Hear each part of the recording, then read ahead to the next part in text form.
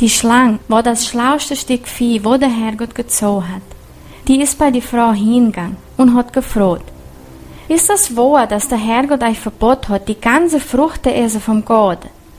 Und Eva hat geantwortet: Nee, das ist nicht wahr. Der hat uns nicht alles verbot. Wir können von allem essen, bloß nicht von dem Baum, wo im Mitte Garten steht. Und wir dürfen da gar nicht dran greifen in die Frucht, weil dann würden wir sterben. Sterben, hat die Schlange gesagt. Der tut nicht sterben. Der Herrgott wollte euch bloß hingehen. Der will nicht haben, dass der die Kenntnis sollt haben.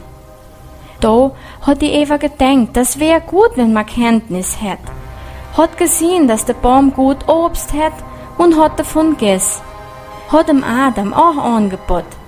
Dem Adam haben sie auch gut geschmeckt. Aber da sind dann seine Augen aufgegangen und haben gesehen, dass er nackig war und haben sich von Blättern Zeich gemacht. Auf einmal hat der Adam im Herrgott seine Stimme gehört.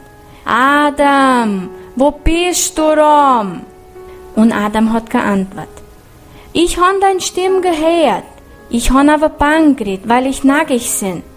Und Herrgott hat gesagt: Wer hat gesagt, dass du nackig bist? Hast du am Ende vom Obst gegessen, wo ich dir verbot hat? Die Frau hat es mir gegeben. Die Frau, wo du mir geschickt hast. Und Herrgott hat für die Frau gefragt: Warum hast du das gemacht? Und Eva hat geantwortet: Die Schlange hat mich hingegangen. Herrgott hat sie alle drei gestraft. Für die Schlange hat er gesagt: Ich mache, dass du und die Frau Feinde gebt, für die ganze Generation. Die tut deinen Kopf verdrehen und du beißt ihnen in die Ferst. Und für die Frau hat er gesagt: Mit viel Pein kriegst du dein Kind und du willst immer bei deinem Mann bleiben und der tut dich aber dominieren.